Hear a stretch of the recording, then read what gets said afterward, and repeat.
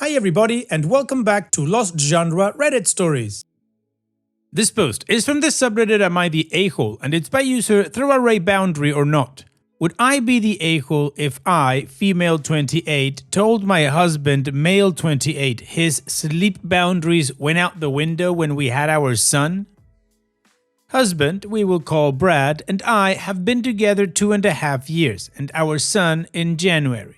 Things had been pretty great, but this had me feeling kind of annoyed. Brad is diagnosed with autism and ADHD, which can make communication between us challenging at times, but we do our best. We live in Europe, not the US. Since Brad has ADHD, he only works at 50%. The other half is covered by a health insurance here on a temporary basis. Every few months he has to keep applying for more. It is stressful as we wait for him to hopefully get on a permanent coverage. Since this is so up in the air, instead of me taking a full year of maternity leave, he took a majority of the days in case his temporary health insurance is denied for some reason. Then he can keep his work schedule at 50% and still get paid on the days he has off, which meant I went back to work part-time. I work from home as a private teacher. I choose my hours since my students usually live in different countries. I choose some in the afternoon when Brad is home with our son and at nights when my students would be awake and Brad is also home. I only have one student in the evening between 11 and 11:30 twice a week. This is to help with some income, and we discussed this before I even went back to work. He had asked no students past midnight. So if baby is having issues sleeping, he can take care of him and hopefully get him to sleep. Well, Brad got back on a schedule where he wants to go to bed at 11 p.m. every night. We try to, but with a baby, sometimes it just doesn't happen. The baby sometimes will stay asleep when I put him to bed, I nurse him to sleep, and sometimes he wakes up screaming. Well, last night I told Brad I had my student at 11 and I would try to have the baby sleeping by then. He asked me, "What is your plan if the baby wakes up? My bedtime is at 11 p.m., so hopefully you have thought of something." I said, "Well, hopefully he stays asleep. If not, you will just have to take care of him or put him on his playmat and entertain him." He resolutely said, "Bedtime is 11 p.m. and I will go to bed." Come 11 p.m., baby's in bed and Brad is just getting out of the shower. I guess he woke up moments after I started with my student, as when I came out of the office he was walking around with the baby. I took him, nursed him back to sleep and went to bed also shortly after 11:30. This morning he was a bit annoyed with me. When I tried to hug him goodbye as he was leaving to work, he did not hug me back. We always do this before he leaves, so I said, "Are you upset with me still?" And he replied, "Yes, you crossed my boundary. My bedtime is 11 p.m. We discussed this. I go to bed. Anything past that is your problem to solve if the baby wakes up." He left for work and I was just thinking, what? I feel like I need to have a discussion with Brad about this, but would I be the a-hole if I told him he has no more boundaries with his sleep and he is being ridiculous? No, OP, you wouldn't be the a-hole. You wouldn't be breaking any boundary. I'm really sorry to tell your husband, but you simply responded to the unpredictable reality of, guess what, being a parent. Now, of course, Brad's not wrong for valuing sleep, but he is wrong for treating fatherhood like it clocks out at 11 p.m. Babies don't follow schedules like that, and parenting isn't optional based on personal preference. You're asking for balance, not control. You carried your part. He chose to help, then punished you for it. And that's not the best way for a partner to properly behave. That's deflecting. Being a parent means sometimes you're tired, sometimes plans break, but you both show up. He needs to step out of self-focus and into the shared responsibility of raising a child. And ADHD explains challenges, but not choices. I don't think it's an excuse to avoid responsibility, parenting, or emotional accountability in a relationship or partnership. What do you guys think? Let me know in the comment section, and now let's continue with the community comments. Puzzle-headed Rub741 says, no, your hubby is the a-hole if he thinks he can make a whole baby but only parent according to clock shifts. It's a 24-hour-a-day job. Dad, time to be a grown-up, Dad. ADHD isn't an excuse either. Plenty of ADHD people are parents. Adapting may not be a favorite thing, but it can be done. Maybe he'll need more breaks or support, but to bow out completely at a specific o'clock daily is a form of weaponized incompetence. Also, boundaries are what you do when someone acts against your limitations. Your husband issued a rule that you never agreed to. Get his ass in parenting classes. He has the time. His expectations are not in alignment with reality at all. Also, withholding affection as punishment, not hugging you in the morning to make his point, is a form of emotional abuse because withholding affection due to needing personal space, time to emotionally process, or sensory needs is not the same thing. He could have spoken differently in the morning, but it seems he's pretty obviously holding a grudge. Dude needs to be in counseling too. Hatterson says, you would not be the a-hole. Quote, this is my bedtime no matter what, end quote, just isn't a luxury that parents of young children have unless you're willing or able to pay significantly for some sort of living nanny. Counting Words 1 says, not the a-hole. I'm also ADHD and have a 7-month-old and a 6-year-old. When I'm ready for sleep, that's all I want, and being woken up or kept awake makes me feel like crap, but I suck it the F up because the baby is not the best sleeper. He wakes up often and wants to be nursed back to sleep. Do I want to do it? No, I have to do it though. ADHD is no excuse to get out of responsibilities. It's okay to struggle with the challenges of being a parent and being ADHD, but you still have to parent. And Accomplished 2853 says, not the a-hole. Your husband is being ridiculous. He is a father. He should act like it. Babies wake up in the night. It's not fair to expect you to take care of it all by yourself while he peacefully sleeps every night. He is a parent. He needs to parent his child. Additional information from OP's comments. I'm an ESL tutor working offline. Most of my students are in Asia, some in Europe. That's why I have a couple of classes at 11 p.m. It lines up with their mornings. It's only twice a week for 30 minutes. Before I went back to work, Brad and I talked about it. He said no students past midnight and I agreed. These sessions end at 11:30, so we're good. The whole reason I went back to work early was because Brad's health insurance is kind of on shaky ground. He works 50% as a chemist, he has a PhD, and the other 50% of his income is covered by temporary health insurance here. To help him keep that setup stable, I gave him some of my parental leave days. We get 480 days to split here, and it's super flexible, so I volunteered because that's what you do when you're a team. When I work, he has baby. When he works, I have baby. We also split groceries, cleaning, laundry, taking care of our cat. He actually cooks most of the meals. I try to keep baby quiet when he's working from home so he can focus, and I give him space for game nights with his friends. We make time for each other when baby is happy or napping. I do my part and he does his.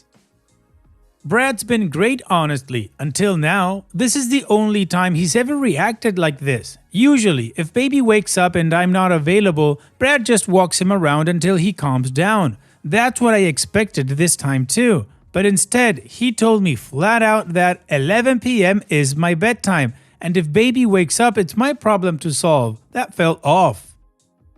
I get that he has ADHD and some health stuff. He uses noise-canceling headphones and even takes sleep meds. I get that sleep is important to him, but I also thought we had a plan. We've talked about this. My parents even had a big conversation with him before we had baby about how everything changes when you have a kid, especially your routine. And he said he understood. He agreed to be logical.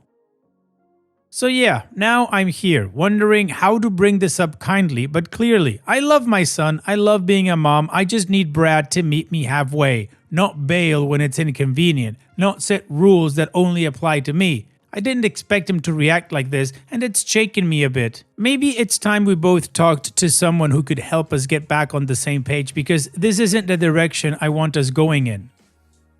Well, the community agrees that OP would not be the a-hole, and OP gave us a lot more context. So now let's move on to the update to see how this story ends. So he came home and we had a long talk about how his words can be easily misunderstood, especially if he does not clarify to me or I ask him to. How a baby equals no boundary with sleep. We do our best, all we can do.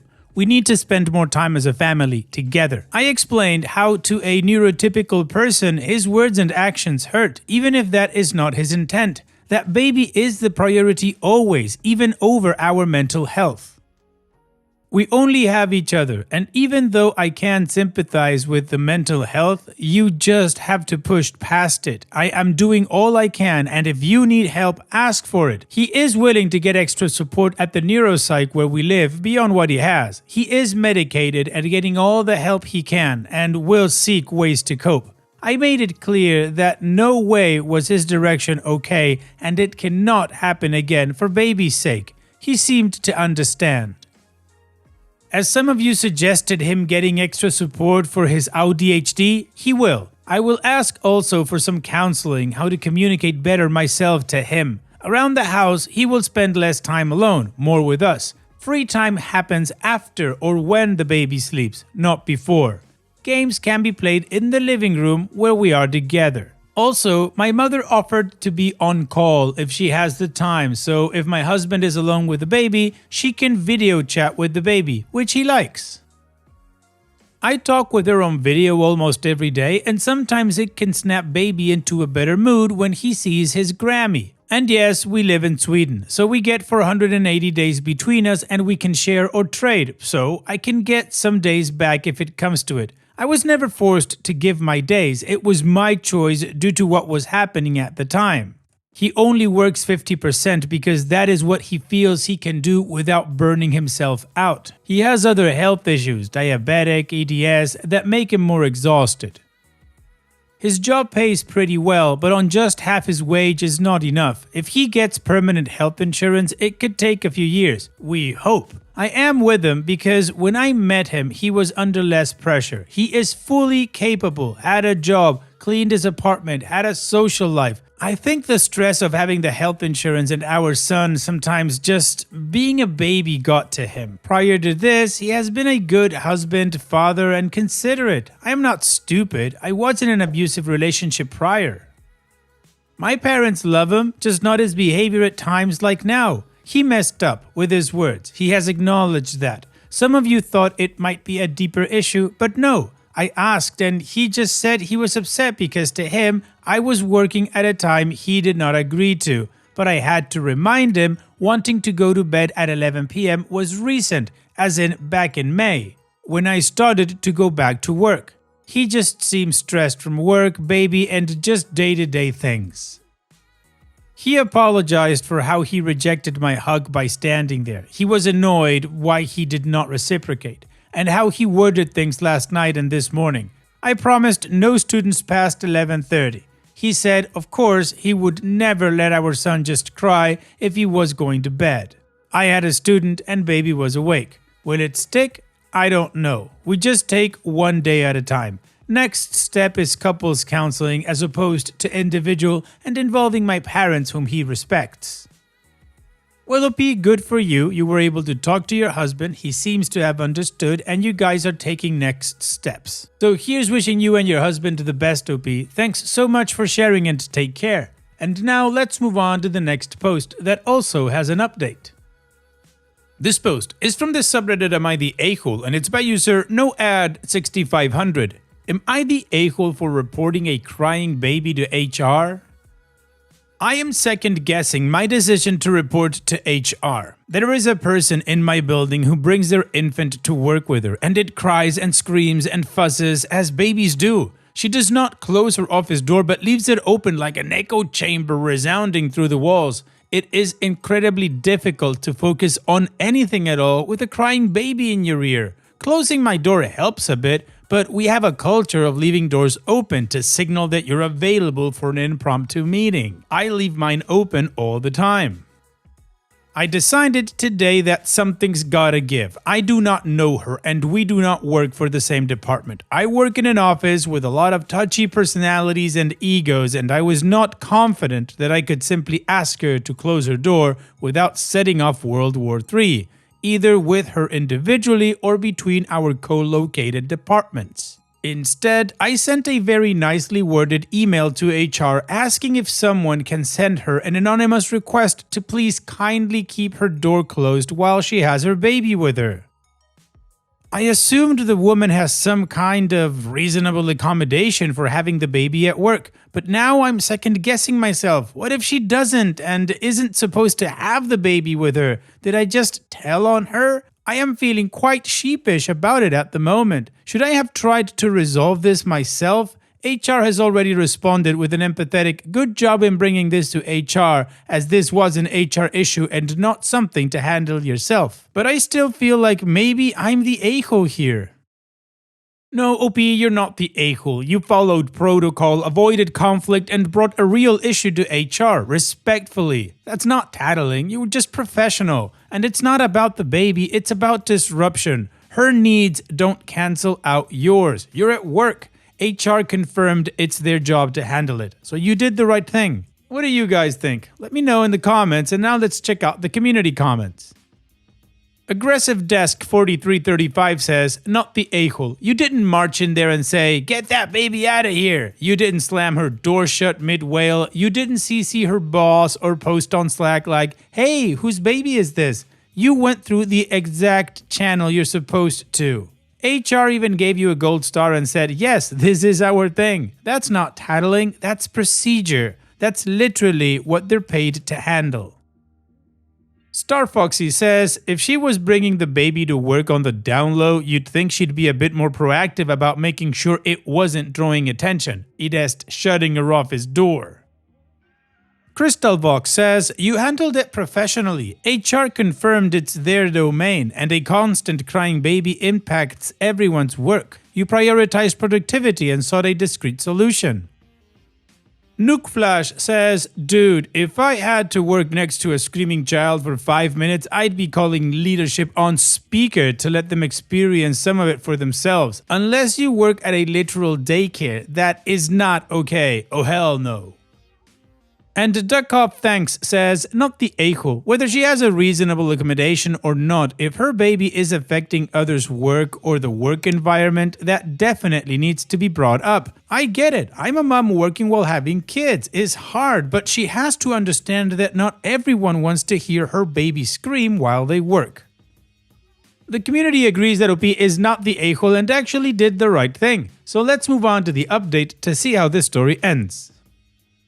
I really struggled with whether this was the right thing to do. I was thinking, what circumstances must a person be in that they think bringing their baby to work is the best option? I thought about coming back to HR to sort of cancel the complaint, but then she just kept bringing the crying baby in. And it would be silent for a couple of hours, and then it would go off for an hour, or 10 minutes, or 40. You just never knew how long it would go on, or how frequent. Every 2 minutes? Every 15? Even an hour would pass, and then it would start up again. I noticed every time I walked past her office, she was engaged with the baby and not her work. I noticed she only comes in from about 9:30 a.m. to 2 p.m. and leaves for 1 to 2 hours in the middle of the day to walk the baby around outside. I noticed how short my productivity is, even with the door closed. I realized that I'm getting paid to do a job out of taxpayers' money. We all are, and we are all underperforming because this one person is bringing their infant to work. HR took it very seriously, and even when I backpedaled, said they are required to look into it when children are being brought to the campus.